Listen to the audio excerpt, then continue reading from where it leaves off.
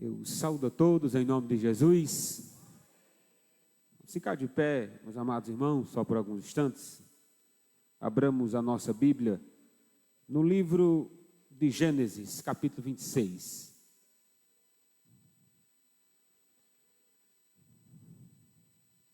Gênesis 26, a partir do primeiro versículo.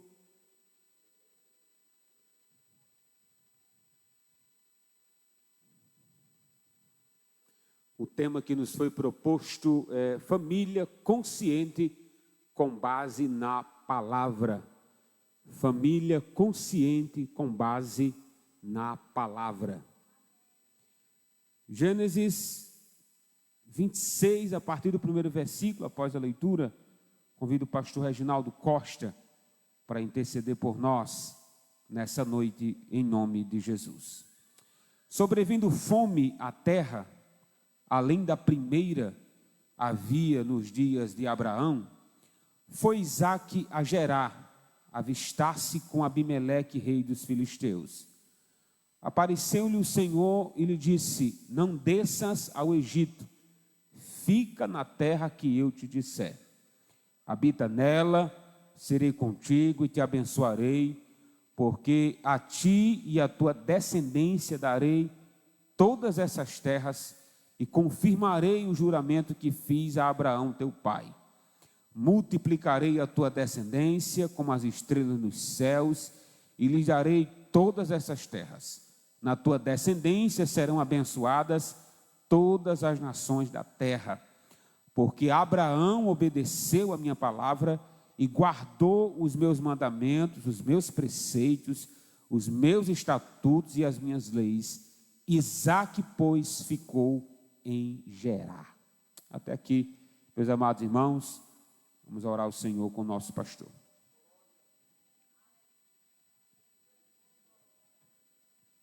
Eu trago a minha saudação em nome de Jesus, amém? Senhor, nosso Deus e nosso Pai, nós te agradecemos, ó Senhor, Deus, mais uma oportunidade que o Senhor nos concede, ó Senhor da glória. Te pedimos, ó Deus, que o teu Espírito Santo conduza-nos, ó Pai, segundo a tua vontade, segundo o teu querer. Deus abençoa cada família que aqui está representada, Deus, aqui na igreja ou nos lares por meio das redes sociais. Pai, providencia, meu Deus, de acordo com o teu querer, a mensagem, meu Deus, que o teu povo, que os teus filhos precisam nesta noite ouvir. Te pedimos, Senhor Espírito Santo, que conduza, meu Deus, o teu filho, o pastor Arthur, segundo a tua vontade, segundo o teu querer. E te pedimos, ó Pai, como igreja do Senhor, fala conosco, ó Senhor meu Deus, por meio da tua palavra. Fala conosco, Espírito Santo, e nos conduza, meu Pai, segundo a tua vontade. É o que nós te pedimos e já te agradecemos, em nome de Jesus. Amém. Meus amados irmãos, a palavra inovar, ela é chamativa no que diz respeito a muitos aspectos da vida. Inovar no empreendimento, inovar com novos cursos de capacitação. Quando você escuta a palavra inovar, você diz assim: não, é claro que é necessário que a coisa seja atualizada, que realmente aconteça uma renovação na empresa, seja a área que for, na área educacional, porque ela realmente tem um sentido para ser aplicado em algumas áreas da vida. O problema é que nós queremos aplicar o sentido de inovar até onde Deus disse que não devia ser inovado. Quando nós falamos acerca de família, nós não podemos inovar ou trazer uma nova roupagem daquilo que a palavra já estabeleceu. Porque, meus irmãos, existe uma mudança cultural que é normal que se tenha. Seu estilo de cabelo, a nossa vestimenta, o aparelho que usamos para fazer as transmissões, isso é natural que aconteça as evoluções, que aconteça a tecnologia, que ela avance. Mas no que diz respeito à palavra de Deus, ela é fixa.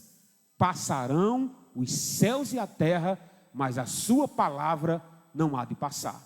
Então não tentemos inovar, não tragamos para a nossa família, não venhamos a trazer para a nossa família, melhor dizendo, aquilo que Deus já estabeleceu, aquilo que Deus já fixou na sua palavra. Porque às vezes, irmãos, dentro da família ou dentro da casa de Deus, você queira que alguma coisa seja inovada. Até aí, tudo bem, é um direito seu. O problema é que muitos querem mudar os princípios e valores da palavra de Deus em nome da inovação. Aí, resultado, em vez de nós estarmos debaixo da bênção de Deus, nós estamos debaixo da maldição de Deus. Em vez de estarmos sendo guiados pela palavra de Deus, nós passamos a ser guiados pela palavra dos homens. E acredito, meus irmãos, o que diz respeito a proteger minha família, prosperar minha família, não é a palavra do homem que vai fazer com que ela fique de pé, mas é Deus que criou a família, é o Deus que orientou a família, inspirou a sua palavra, para que a partir dela nós olhemos os princípios e valores que nela há e apliquemos em nossa família. Se sua moto está com problema, você vai levar um mecânico que sabe mais do que vocês, é comum. Seja o seu carro, aonde você pensar que tem problemas elétricos, você vai chamar um especialista nessa área. Mas, meu amigo, que diz respeito à família, à alma humana, a princípios e valores, tem que ir para a palavra de Deus. Então, uma família que é consciente, com base na palavra de Deus, ela tem tudo para prosperar, ser abençoada pelo Senhor, passar fortificado nas provações que a vida muitas das vezes nos impõe. E, meus irmãos, o que não falta são exemplos nas Escrituras de homens que ouviram a palavra de Deus, obedeceram a palavra de Deus e deu tudo certo. Por quê?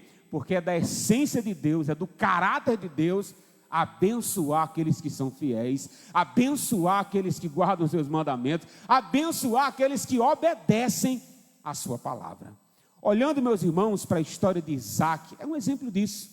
E que ele podia seguir os conselhos da época, as orientações que o mundo tinha, do lugar melhor para se plantar, o lugar melhor para criar a sua família, o lugar melhor para estar com a sua esposa. Ele podia seguir os costumes da época, mas ele decidiu basear a sua família na palavra de Deus. O que Deus nos disser, eu vou fazer. O que Deus mandar, eu vou fazer. E se ele disser fique, eu vou ficar.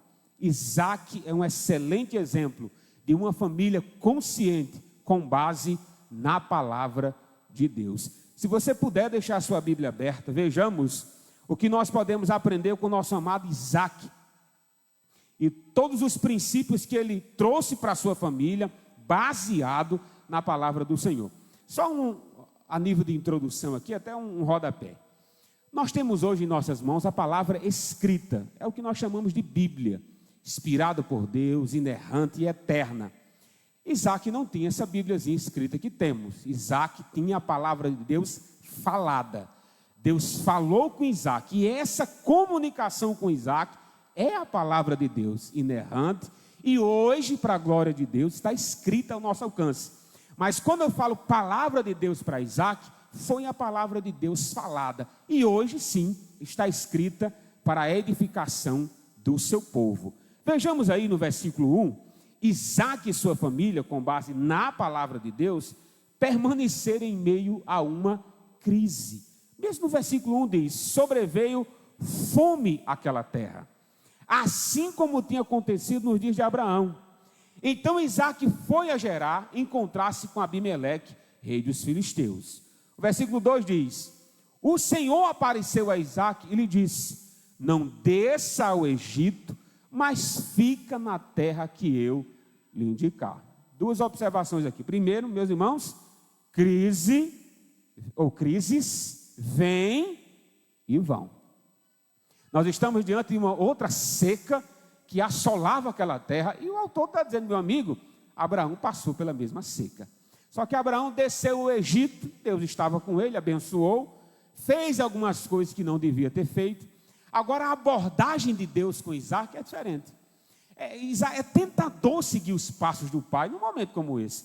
Na hora que apareceu uma fome, aonde Abraão estava, o que ele fez? Vamos descer para o Egito. Aí a fome volta. Isaac, instintivamente, ele podia dizer assim, eu vou descer o Egito, vou seguir os passos de papai.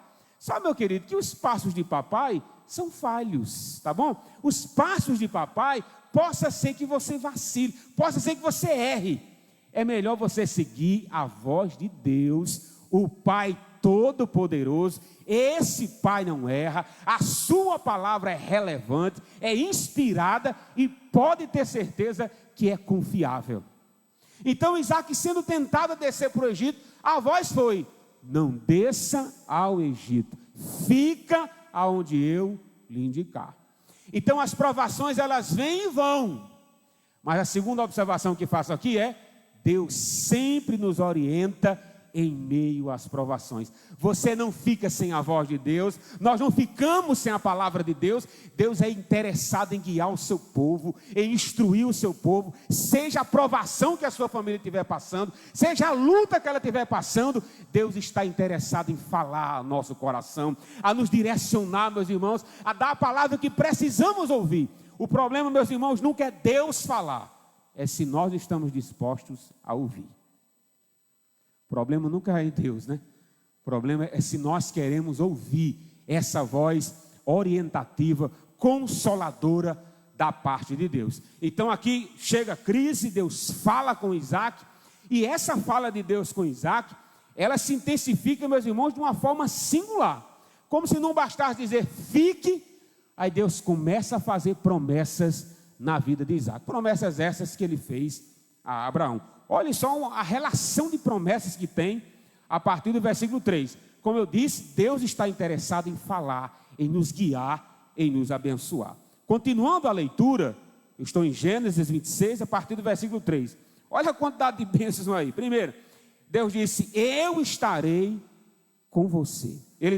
Deus disse: habita nela e estarei com você e o abençoarei. Meus irmãos, vamos lá. Se Isaac tivesse ali um exército à sua disposição, um batalhão de trabalhadores, se ele descesse para o Egito, ele tinha tudo para prosperar. É lá, meus irmãos, que tem o Nilo, é no Egito.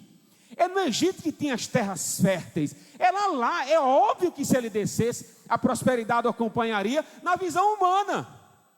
Mas aí é que está, a bênção está aonde Deus estiver com você. Meu querido, se Deus está com você, o deserto florescerá. A garantia de que tudo estaria certo com Isaac, não era o seu trabalho, não era a sua força, não era a sua inteligência, não era a sua experiência, era a presença de Deus na vida de Isaac. Se Deus estivesse com Isaac, mesmo no deserto, tudo daria certo. Então a primeira promessa que Deus faz com Isaac: Isaac, eu vou estar com você. Fica aí. Não vai embora não. Fica nessa crise, fica nessa seca, fica em Gerar, eu vou abençoar você. Mas qual é a garantia que Deus vai abençoar Isaac?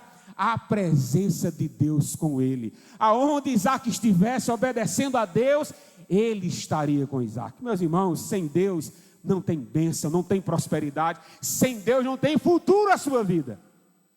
Isaac sabia disso. Se Deus está comigo, tudo dará certo. Davi disse isso, né? Davi disse: eu com Deus eu bato numa tropa. Mas sem Deus ela apanha numa tropa, viu? A diferença é a presença de Deus. E ele continua fazendo promessas. Eu estarei com você, no início do versículo 3, continuando 3. Darei essas terras a você e a sua descendência. Agora a coisa se estende além dele. Ele diz assim: porque a você e a sua descendência darei todas essas terras e confirmarei o juramento que fiz a Abraão, o seu pai. A possessão de terras. A promessa continua: multiplicarei a sua descendência. Versículo 4: multiplicarei a sua descendência como as estrelas dos céus, e ela darei todas essas terras. Continua, versículo 4 ainda: abençoarei todas as famílias da terra. Aqui Deus já está nos vendo, né? Na sua descendência serão benditas todas as nações da terra. Que bênçãos, né? Eu vou estar com você, vou dar essa terra, multiplicarei a tua descendência e abençoarei todas as famílias da terra. Que promessas maravilhosas. Preste atenção, irmãos. Se você está disposto a ouvir a Deus na seca, na crise, na provação, se você está disposto a dobrar os seus joelhos e falar com Deus, Ele nos guia, Ele nos faz promessa, Ele nos abençoa. Meus irmãos, o extraordinário aqui é que Isaac tinha tudo para seguir o contrário, mas ele ouve o que Deus tem para dizer. Quando você para ouvir Deus falar, Ele tem coisas abençoadoras para nós, Ele tem palavras reconfortantes para nós. E Isaac quando ele ouve, aí existe essa série de bênçãos de Deus para a vida de Isaac. E Deus dá uma condicional aqui. Qual é a condicional? Está aí no versículo 5. Por que Deus abençoou Isaac até aquele dia? Versículo 5 diz: porque Abraão obedeceu a minha palavra, guardou os meus mandamentos, os meus preceitos, os meus estatutos e as minhas leis. Homem obediente, não é? Obedeceu isso tudinho, palavra de Deus, guardou os mandamentos, guardou os preceitos, guardou o estatuto, guardou minhas leis. Mas que homem obediência. Preste atenção, meus irmãos, não existe bênção sem obediência. A gente quer ter uma vida torta, guiar a família por aquilo que você acha, por aquilo que você gosta, e nada de aplicar os princípios e valores de Deus para a sua conduta, para a sua vida, para a sua casa. Aí você quer que as bênçãos de Deus lhe acompanhem. Alto lá, meu filho, alto lá. As bênçãos acompanharam Abraão? Claro que sim, porque ele foi obediente a Deus. As bênçãos acompanharam Isaac? Acompanharam, porque ele foi obediente a Deus. Irmãos, não existe prosperidade de Deus, não existe prosperar no deserto, não existe basilar a sua família, se você não está disposto a colocar em prática os valores que a palavra de Deus tem. Então ele fez essa série de promessas. Mas o que Isaac fez diante dessas promessas que recebera de Deus? O versículo 6 é esclarecedor. O versículo 6 diz: Isaac, pois, ficou em Gerar. Ele disse: eu vou obedecer a voz de Deus. Por que Isaac obedeceu a voz de Deus? Porque ele viu o que Deus fez na vida do pai dele. Meus irmãos, as experiências que os irmãos têm, as experiências dos nossos pais na fé, dos nossos avós, as experiências que existem nas Escrituras, elas servem de testemunho para validar, sabe o quê? Que o Deus que abençoou nossos pais no passado, que os protegeram, que os fizeram prosperar, que fez com que a fé chegasse até nós, é o nosso Deus, é o mesmo Deus que abençoa. Temos testemunhos de bênçãos para com as famílias que estão alicerçadas em Deus, e você também pode testemunhar. O extraordinário das Escrituras é que é um livro vivo. A palavra de Deus é viva e eficaz. É viva. Mas por que ela é viva? Porque ela pode se tornar realidade dentro da sua casa. Ela pode se tornar realidade dentro da sua vida. Ela se torna realidade aonde você for. Porque a palavra é viva, meus irmãos. E a vivência da palavra é quando se obedece às Escrituras. Isaac, sabendo disso, obedece. E obedece de maneira total. Duas ações de Isaac aqui. Primeiro, essa ação de Deus de ordenar, e ele fica. Pronto? Já que Deus disse para mim ficar, já que Deus disse que vai me abençoar, agora eu vou armar uma rede e beber água de coco. Isaac fez isso, irmãos? Não, senhor. Continuando a passagem, versículo 12. O que Isaac fez? Versículo 12 de Gênesis 26. Isaac semeou naquela terra, e no mesmo ano recolheu 100 por um. Continuando o versículo 12 e o 13. Porque o Senhor o abençoava, ele enriqueceu, continuou prosperando e ficou riquíssimo. Isaac obedeceu trabalhando. Vamos trabalhar. Como quer dizer que Deus vai abençoar? Vai. Quer dizer que Deus vai fazer prosperar? Vai. Então vamos arregaçar as mangas e trabalhar. Ele começou a semear. Meus irmãos, eu não sei como foi que ele fez isso, mas ele semeou na seca. Não é o que diz o versículo 1? Havia fome naquela terra. Mas meu amigo, ele foi semeando, foi trabalhando, e o texto diz que valeu a pena aquele trabalho. Deus fez com que tudo que Isaac plantasse, colhesse a 100 por um. Meus irmãos, você tem ideia do que é isso? Que plantação extraordinária, que colheita extraordinária, mas porque ele semeou. o que nós temos semeado de princípios da palavra de Deus dentro da nossa família. O que temos semeado, como Isaac fez. É para semear nesse deserto? Vamos semear. É para obedecer nessa aprovação? Vamos continuar obedecendo. É para ser fiel nessa aprovação? Sejamos fiéis, que no tempo certo Deus há de nos abençoar. No tempo certo a aprovação há de passar. No tempo certo Deus nos fará prosperar. Mas não espere nada disso se você não está semeando. Se você não está fazendo a sua parte, não espere nada disso. Isaac, meus irmãos, trabalhou de uma forma extraordinária, mas não foi fruto do trabalho isolado de Isaac. Repito, foi a mão de Deus sobre a vida de Isaac. Meus irmãos, tudo estava dando certo, porque Deus estava com aquela família. Tudo estava dando certo, porque eles estavam alicerçados na palavra de Deus. Se Deus disse, faça isso, vamos fazer o que Deus disse. Se Deus mandou semear, vamos semear. Porque obedecendo a Deus, vale a pena, porque Deus abençoa aqueles que são fiéis, glória a Deus. Você pode dizer assim, pastor, eu estou exatamente nessa fase. Eu percebi que a crise se instaurou, a coisa está feia. Mas eu juntei a família lá em casa e disse, vamos orar por provisão. Vamos continuar trabalhando. O que está ao nosso alcance? Pastor, eu estou vendo fruto desse trabalho. Eu estou vendo o resultado dessa obediência. Está uma maravilha. Mas preste atenção. Não é porque você está sendo fiel a Deus, obedecendo a Deus, que você está isento de coisas ruins acontecerem a você. Isaac estava onde Deus queria que ele estivesse, fazendo o que Deus mandou que ele fizesse, sendo abençoado como fruto do seu trabalho, mas isso não isentou de que o inimigo chegasse à sua vida. Isso mostra, meus irmãos, que, repito, aqui não é o nosso céu. Mesmo você sendo fiel a Deus, temente a Deus, sendo abençoado, prosperando, algum mal pode lhe atingir. E eu fiquei me perguntando, estudando essa passagem, mas meu Deus, por que você fez isso com o pobre de Isaac? Estava tão bonita a história, né? Está prosperando a 100 por 1, está abençoando em tudo. O homem está riquíssimo. Aí a passagem continua. É aquela famosa lição, meus irmãos. Aqui não é o nosso céu. Mesmo que Deus lhe abençoe, mesmo que Deus lhe faça prosperar, não ame as coisas que você tem. Ame a Deus acima de todas as coisas.